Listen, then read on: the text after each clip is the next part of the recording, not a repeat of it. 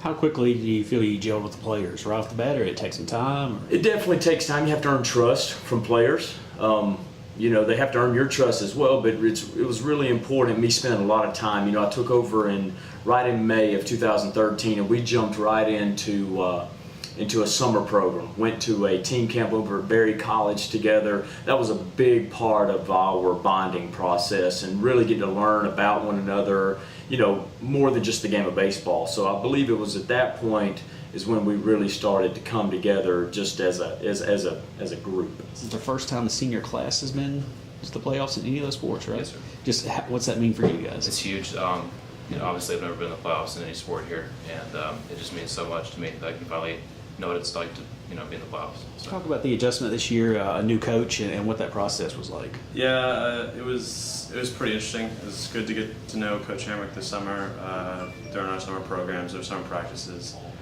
It's a little weird. I've been with Coach McGuffey for 3-4 years, but I've definitely enjoyed having Coach Hamrick. He's taught me so many things about the game. It's been really a really fun ride with him. Once the season started, was there a turning point where you said, "Well, this can be a pretty good team," or did you feel pretty confident entering the season? I was unknown about the 4A level baseball in Alabama, so I knew we had some talent, but we also had guys that were willing to work hard. And that's half the battle. Just guys that are willing to go out there and compete.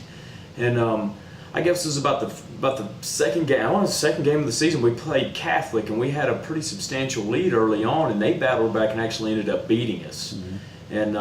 And I learned a little bit about my team after the game. There was no sunk heads. They weren't down on themselves, and it wasn't a bad feeling. No one likes to lose, but it wasn't one of those feelings like you've been defeated for the season.